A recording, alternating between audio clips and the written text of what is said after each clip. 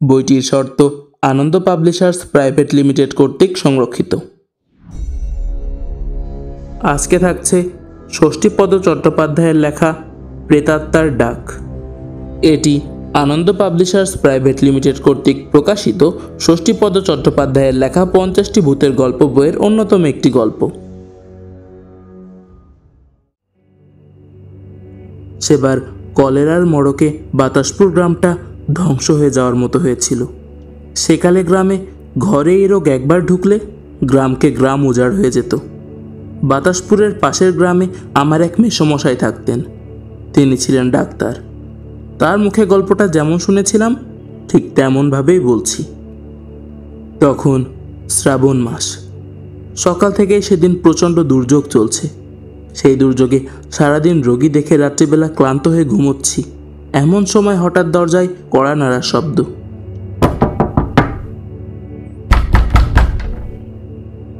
ঘুম ভেঙে উঠে বসে কেরোসিনের কুপিটা জেলে সাড়া দিলাম।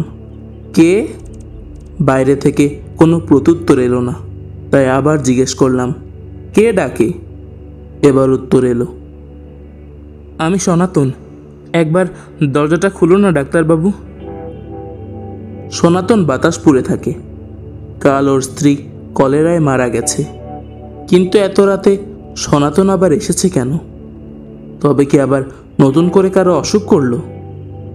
এ অঞ্চলে ডাক্তার বলতে একা আমি। কিন্তু ভাগ্যের এমনই পরিহাস যে এই মহামারীতে একটি রোগীরও প্রাণ আমি রক্ষা করতে পারিনি। সেজন্য কারো বাড়ি যেতে লজ্জায় আমার মাথা কাটা যাচ্ছে। অথচ ডাক্তার হিসেবে রোগীর বাড়ি থেকে কল পেয়ে না গিয়েও থাকতে পারছি না। তাই ব্যর্থতা ঢাকবার জন্য সম্পূর্ণ বিনা পয়সায় আমি চিকিৎসা চালাচ্ছি।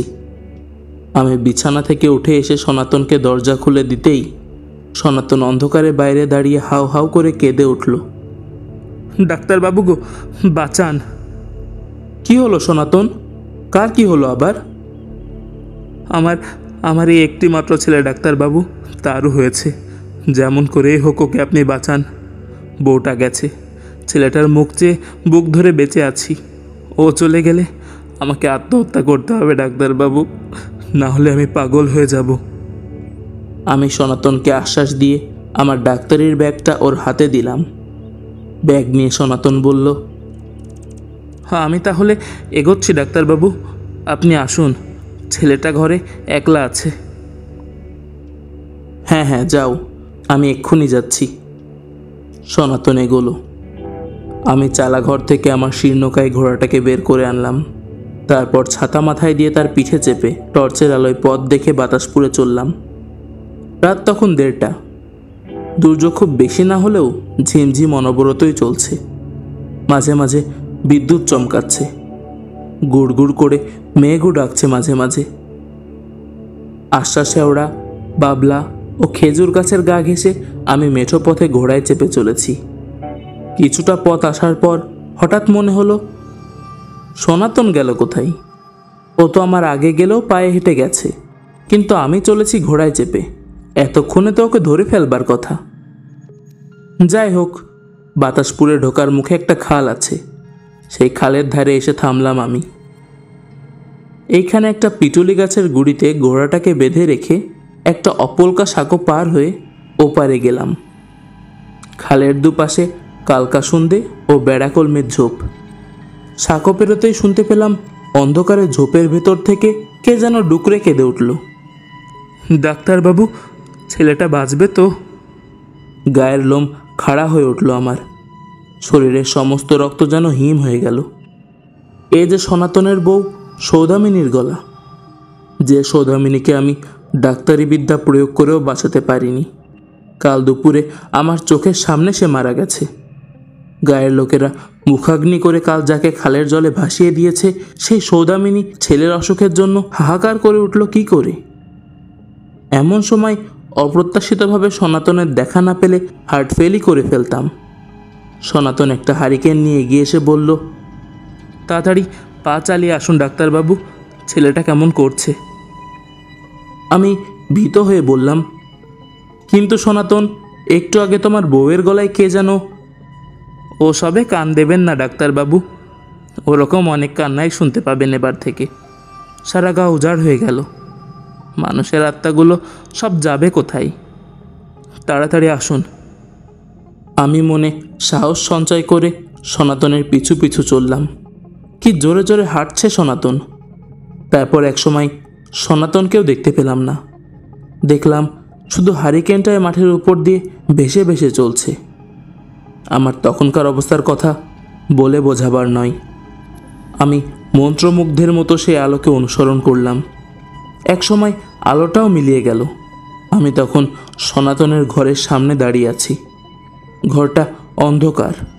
ঘরের সামনে দাঁড়িয়ে ভয়ে কাঁপা কাঁপা গলায় ডাকলাম, সনাতন, সনাতন। কোনো সাড়া নেই। আবার ডাকলাম। আমার ডাক শুনতে পেয়ে আশেপাশের বাড়ি থেকে দু একজন আলো নিয়ে এগিয়ে এলো। কে, ডাক্তারবাবু নাকি? হ্যাঁ, সনাতন কোথায়? ওর ছেলের অসুখের খবর দিয়ে ডেকে আনলো আমাকে, অথচ ওকে দেখতে পাচ্ছি না। পথের ঘটনার কথা অবশ্য বললাম না কাউকে। আমার কথা শুনে সকলে অবাক হয়ে গেল। সকলে বিস্মিত হয়ে বলল, সনাতন আপনাকে ডেকে নিয়ে এলো? হ্যাঁ, আমার ব্যাগটাও যে বয়ে আনলো সে। সে কি? এই তো সন্ধ্যের সময় খালের ধারে রেখে এলাম তাকে। এই প্রচণ্ড দুর্যোগে সন্ধেবেলায় অসুখে পড়ে শেষ হয়ে গেল বেচারা। আপনাকে একবার খবর দেওয়ারও সময় পেলাম না। তবে ওর ছেলের অসুখের কথা জানি না। চলুন তো দেখি। আমরা সকলে আলো নিয়ে ঘরে ঢুকতেই দেখলাম সনাতনের ছেলেটা বিছানাপত্র নোংরা করে শুয়ে শুয়ে কাতরাচ্ছে। আমার ব্যাগটা সযত্নে বসানো আছে ওর মাথার কাছে। আমি যতটা সম্ভব ওকে পরিষ্কার করে স্যালাইন দিলাম, কিন্তু না, আমার এ চেষ্টাও ব্যর্থ হলো। ঘণ্টাখানেকের মধ্যেই মারা গেল ছেলেটা। সে রাত্রিটা ওই গ্রামে একজনদের বাড়ি কাটালাম আমি। পরদিন ভোরে সেই ভয়ঙ্কর রাতের কথা স্মরণ করে স্বগ্রামে ফিরে এসে চলে এলাম কলকাতায়। সে থেকে আমি এখানেই প্র্যাকটিস করছি। বাতাসপুরের সঙ্গে আমার আর কোনো সম্পর্কই নেই।